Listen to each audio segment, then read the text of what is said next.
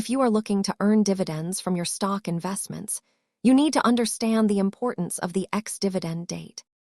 The ex-dividend date is a specific deadline that determines who is entitled to receive a company's upcoming dividend payment. This date is set exactly 1 business day before the record date, which is when the company officially checks its list of shareholders. To qualify, you must own the stock before the ex-dividend date. If you buy on or after that day, the previous owner keeps the payment. While they sound similar, the ex-dividend date is about trading, whereas the record date is about the company's internal bookkeeping.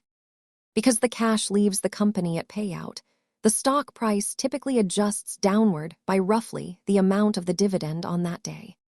Remember that you are essentially receiving your own money back from the company's valuation, so do not base your strategy solely on dividend dates. Keep these dates in mind when planning your portfolio. Thanks for watching, and be sure to do your own research before investing.